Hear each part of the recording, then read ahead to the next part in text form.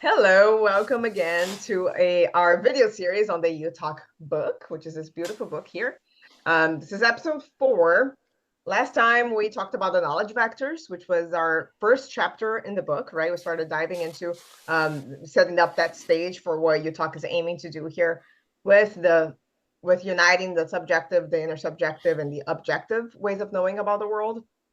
And in the second chapter, we're diving into the Metacrisis, right? It's the Totally. first section of the book that sets the stage for the trajectory of the book. And it's the first section on the context and the problems we face.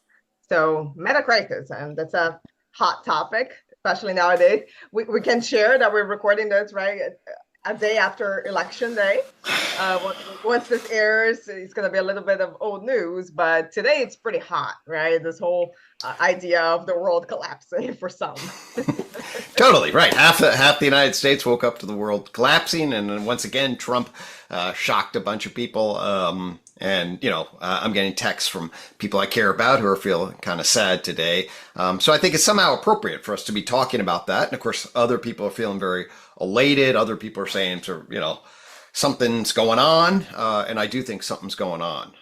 The meta crisis is something for us to kind of is about setting the context. And as folks are feeling very, some at least Democrats or whatever who invested a lot in this are feeling the injury of this. One of the things I do want to say about what I'm talking about in terms of the meta crisis is this is a high order global thing, which and how to relate to it is a very interesting thing, which we want to talk a little bit about what we call the garden fractal when we end.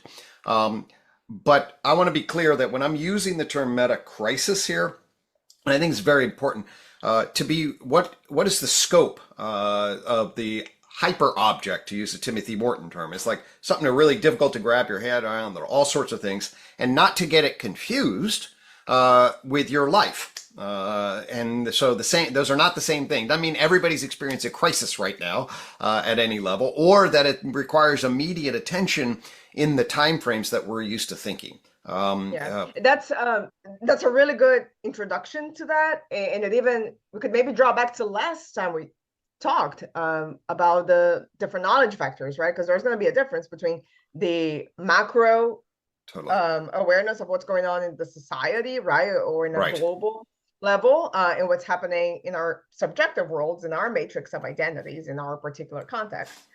So that's a good exercise and a good example too of learning how to bridge those things effectively in an adaptive way. Totally. And the argument basically is zooming out. If we think about the we intersubjective vector, where is that? What's the scope of that? How is that guiding us? And relative to at least the fantasy that's given by UTOK, which is Trump was just elected, so we're way away from folks really in large scales aligning with this kind of thinking. But the argument fundamentally is the we structure of understanding that should be guiding fact and value collectively across cultures. And part of that's going to be in science, part of that's going to be in value, part of that's going to be navigating groups and individuals in technology and Mother Nature.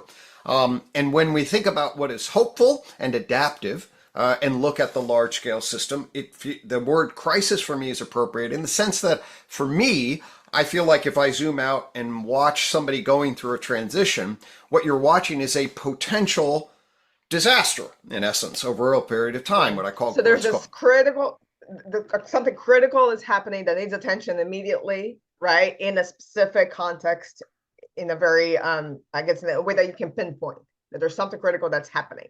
And then we add the prefix meta, and I think that's important, right, because that completely changes how you look at a crisis. Right. So now, if somebody works, I get a call, somebody's suicidal, I need to take action. That is a particular kind of crisis. This is a crisis across the scale of decades. So it's not a personal action that we need to be responding to in any way. There would be no way to make sense for me to respond to the meta crisis like as a crisis in the timescales that I operate from. Which doesn't mean that it doesn't have some very particular outcomes, right, for different people in different situations. Sure. But there's a clear difference there between, whatever happens at the individual ideographic level in whoever's experience in a context, and the zoomed out analysis of a meta crisis. Totally. And you can say, okay, like Christianity went through a crisis for several hundred years as science broke off from it and it struggled for dominance. Like that was a crisis for Christianity that is still unfolding over hundreds of years. We humans aren't responding to things in our personal lives over 100-year crisis. So the concept of crisis is important. It's also sort of there's a continuum struggle of humans to try to get society right and flourishing. So there's always going to be threats. And at the same time, with all that qualification, I do believe we are at a very, very crucial juncture in the hierarchical arrangement of what I call the digital global issue. And there are lots of long-term, and by I mean, 5, 10, 15, 20, up to a century long arcs of real risk when you think of the size of it. So you can think for us, it's sort of a slow motion potential collapse. Within that framework, that's the crisis. Oh no, something should be done about this if this continues at this time scale. So let's get into what the crises are. And what is meta? Again, meta is a self-recursive in-between, beyond and between.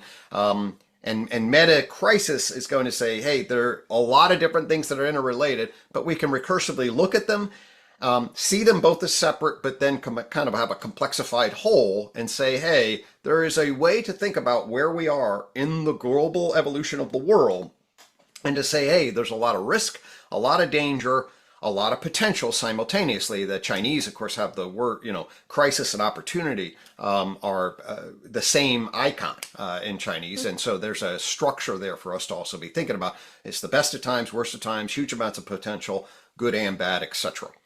So that's the nature of kind of crises. We can get post-traumatic growth here, or not. So we'll see what happens in relation. Or stress, so that's the disordered stress. So yeah, right. Lovely. So metacrisis is, is a popular term now, at least online. And a lot of people talk about it. They have different angles on it. Some people emphasize different aspects of a metacrisis. I think there is a general consensus, right, that it is different crises that are overlapping and interrelating. I think maybe that's a consensual part of it, but there's a lot of different angles that people take. Right. UTOK has its own particular angle, and on chapter 2, you go through that and you explain that very well. So let's get an overview now of how UTOK structures. Right. I'll give a shout out to Jonathan Rowson, who did a really nice articulation of the metacrisis in greater detail than I do in these 5 short pages. I want us just to get a snapshot of this thing, and because UTOK does get positioned in relation to it. And as I describe in the chapter, really, there are 4 different aspects, certainly at least sitting from the UTOK vantage point, that we can pull out. And this is a broad and general view, but I think each one of these carries a lot of validity. And when you tie them together, given where we are in sort of the way UTOK frames the evolution of behavioral complexification, you can see, wow, there's a lot of danger and a lot of potential here. And that's where the crisis and the meta intersection. So the first one is, let's just start with the first one at the level of our relationship to the planet, which is the techno-environmental crisis. Okay, the techno-environmental crisis is the idea that humans, through modernity, the Industrial Revolution, the development of science coupled to technology, it's a feedback loop, allowed us power to grab a hold of the earth and pull energy out of it and transform it into technology, which is great at one level, but leaves the earth increasingly depleted. With the thing, when I pull this cup out of the earth, it's gonna get broken and thrown back. It doesn't get digested back, and that's true of our plastic. It's true of our houses. It's true of everything.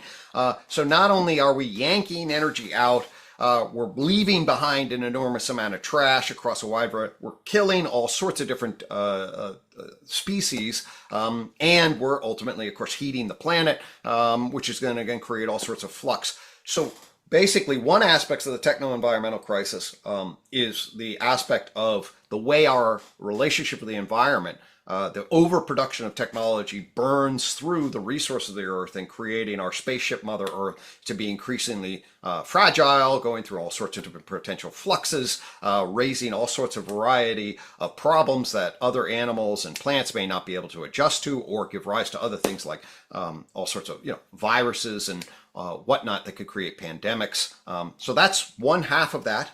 The second half is our technologies are so powerful with things like nuclear weapons, biological warfare, technological elements that can create all sorts of damage very, very quickly. It sets the stage. If we have a World War III, we are looking at an absolute, perhaps, complete catastrophic elimination of our structure. So with the invention of nuclear weapons in 1940s, ever since then, and that's only continued. So techno-environmental problem, our technology is increasing. It's transforming Mother Earth, basically polluting it, depleting it, and giving us more power to potentially destroy it. The trajectory of that, especially in our relationship with Mother Earth, although at any one time the big risk would be in relationship to, say, nuclear war or other kind of catastrophe there. But these are all, the argument is that these are building risks here in the techno-environmental element, and the depletion of Mother Earth is really inevitably a chronic structure. I think like Nate Hagen's and The Great Simplification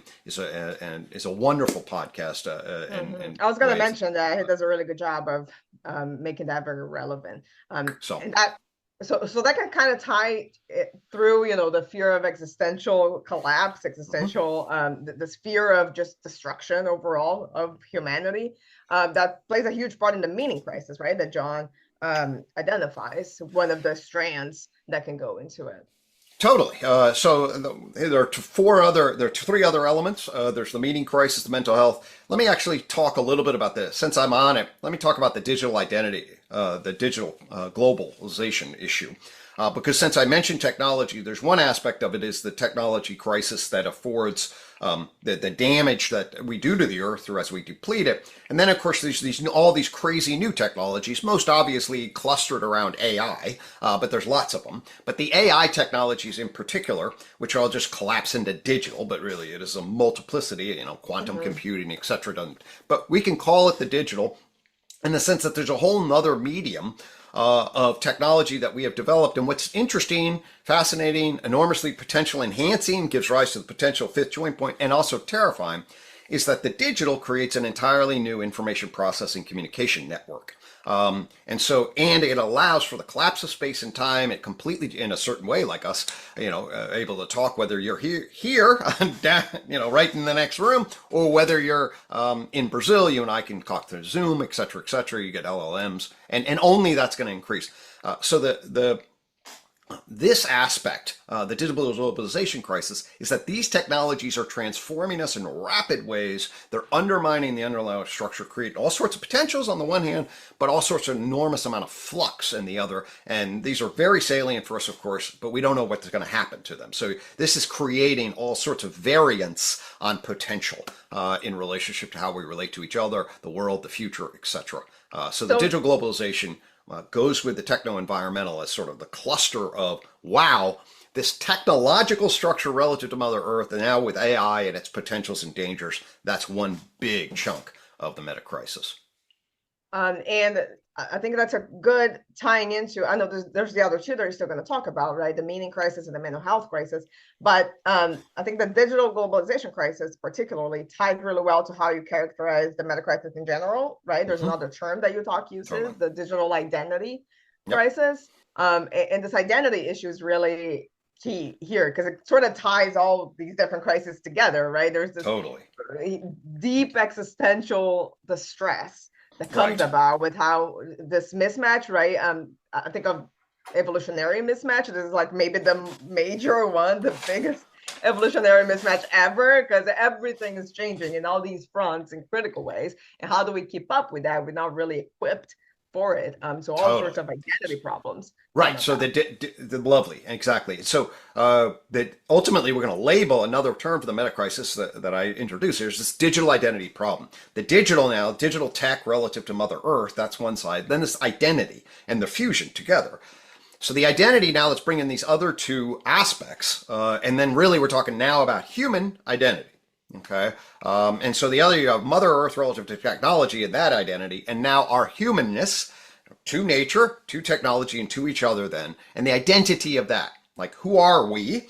What are we? What are we going to be ultimately? And then how do we think about the world? If you think about logic, the first law of identity is a really grounding idea. Who is what is ourself? Anyway, there's an explosion of potential here that's embedded in the structure and design of the coin, by the way. But in terms of the meta crises, what we're talking about here is the idea that now we can go directly into John's argument, which I was deeply influenced by and moved by, the meaning crisis. And John, of course, lays this out, and anybody that really follows this will be likely aware of it, that basically what we're talking about here is we're at a particular time. There's always tensions, there's always ambiguities, but there are particular times when there's crises. I mentioned the crisis about Christianity, crises about what shared knowledge and good, okay? What shared true good structures for individuals. Christianity suffers a crisis, and indeed the meaning crisis. As science emerges, we're unable to get a holistic understanding of our place in the world, as in a nutshell. And ultimately, we're coming off the heels of the election. I absolutely see the craziness of the United States as arising from a failure to embed a clear understanding of who we are, our natures, what technology is, what we believe in to be true and good collectively across scale in a way that allows for a sane, coherent integration of standard common sense elements that are grounded in meaningful creation of meaning in life across various elements. We can't do that, okay? And Donald Trump represents, I think, I called me anti-establishment hero at one point. So he's, and of course, coming off the day after the election at Salient, he's poking a finger at the broken old structure of the identity justification structures of modernity. He's just poking a finger at them. They broke, postmodern broke down, woke 2.0 that we've talked about became a particular virus in the extreme left. There's a failure of clarity about who we are, and he represents a longing to go back, make America great again, when in the 1950s, people knew what America was, right? And we knew who we are, and there was an immense, we went out and worked, and they were strong, and they took care of their women, and they did this, and there's there's a longing for that. And I think so the whole, who are we? How do we do it at the individual level, at the group level, at the nation level, and ultimately globally? All right, we're back. There's going to be a big cut on this recording because we had some computer problems, but here we are. That's right. We were talking about the nature of the meaning crisis in terms of, hey, what is true, what is good? Essentially, as John lays it out, as particularly relevant for where we are, as science sort of gets a hold of an aspect of reality, it wrests sort of scientific authority away from Christianity, arguably, and also then creates a schism with sort of what is through a scientific view with what ought to be the scientific humanities, science versus religion. Also, there's a big postmodern move against modernity, and ultimately the result is, at least from my vantage point to summarize where we are headed, is a chaotic, fragmented pluralism. And an inability to sort of organize our educational system to socialize our young on what's needed, a shared sense of values across the stratified layers of individual, relational, community, nation, and whole, and clarity about how to get in touch with what is real and get meaning in life. And then this is... That's a very concrete, like applied way to see what we were talking about last time with the fragmentation of the different ways of knowing. I think the meaning crisis is a good, into the mental health crisis is a good example of how the implications that it has in society. And then when we look at the mental health crisis, what do we mean by that? Well, generally the levels of mental health are not good. Certainly, especially if you say, oh, well, if we had control over the environment, like in terms of physical diseases and protection from environmental catastrophe and have food, initially, oh, those are the things that cause a lot of stress for people. Actually, we take care of that. Stress has gone through the roof for individuals. Anxiety and depression is high. And in particular, the real mental health crisis shows up with our youth. More than any other generation, they suffer from anxiety and other kinds of problems. Jonathan Haidt has been clear about his articulation about there's a loss of community. There is a overly kind of safety-based loss of the play-based childhood, and then fundamentally the digital, which causes a particular kind of stress, particular kind of difficulty in forming an identity as us as primates, as justifying primates, normally in a network. One other comment, the guy that studied sort of mental health from an indigenous perspective, there's a famous study on depression, interviewed 2,000 individuals and found one case of major depression because there's a fundamental mismatch, you mentioned that, So we are seeing depression, anxiety, suicide, ideation, And suicide that's attempts, important, drug right? addiction.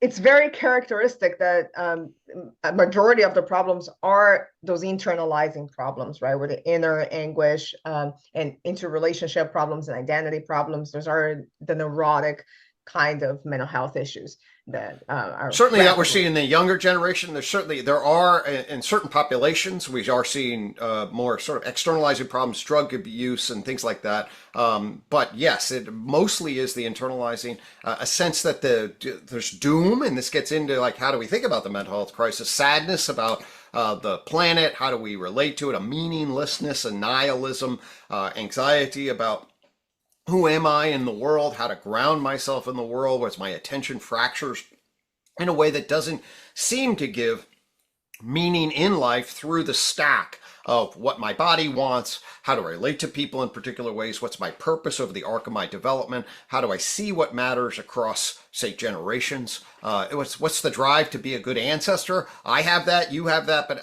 we aren't instilling that, certainly in our kids. It's more like, and I think this whole Donald Trump thing represents that in some ways, in terms of just who are we? And part of that's what I was saying before, and sort of the jump from the meaning crisis to the mental health crisis. How do we consolidate our beliefs and values, our actions, our habits, our connections with each other in a way that's adaptive? Lovely. Yeah. So either from the point of view of somebody who maybe is not aware of a metacrisis or not invested in it, but is suffering the consequences of it, or somebody who wakes up to the metacrisis and realizes that this is the state of the globe right now. It's not good and it's not going anywhere good. How do we live with that, right? I know UTOK has something to say about it. We've been trying to live by those principles, and I think that's really nice to share with the world, especially now in the aftermath of the elections. That's one of the problems, but it's certainly the case that there's many other problems in addition Right. to political polarization and all of that. And if we absorb all of it, then it gets really hard to live in the world. So what do we Totally. do? Well, one of the things that, and when we get into the unified approach and its various components of UTOK later in the chapters, we'll be explicitly talking about how to think about human well-being, how it goes wrong in neurotic loops, how we shine COM-MO flashlights in a mindfulness way that enables us to get a coherent, integrated understanding of who we are, relate to that, relate to the world.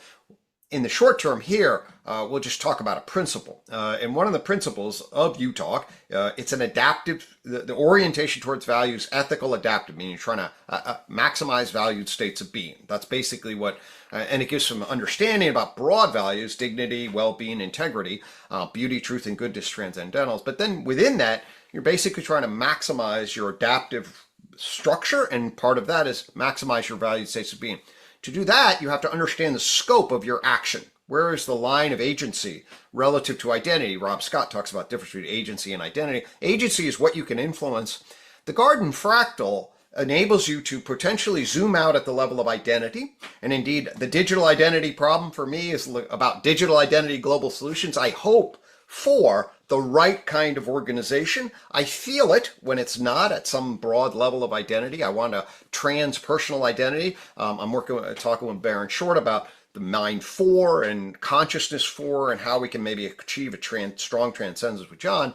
There's that, and then there's my life. My life in relationship to my parents upstairs, my life in relationship to you, and my work, and then when I get up each morning. So that's the sort of the radius of involvement on that needs to be taken into consideration. And what I'm doing agentically needs to be properly arranged in relation.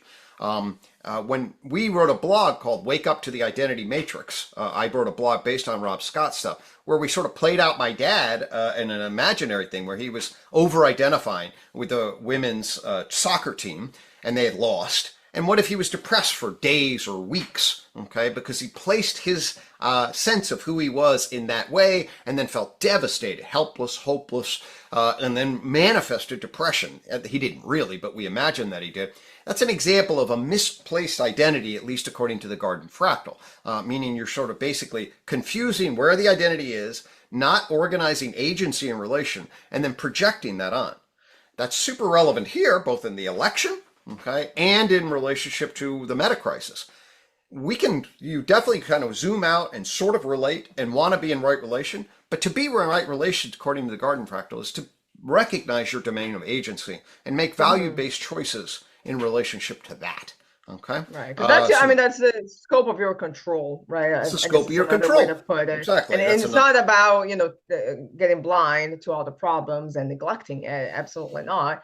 But it's finding your position in relationship to it, having a good notion of those different levels of analysis, and you can still live a fulfilling, adaptive life that maximizes your values Totally.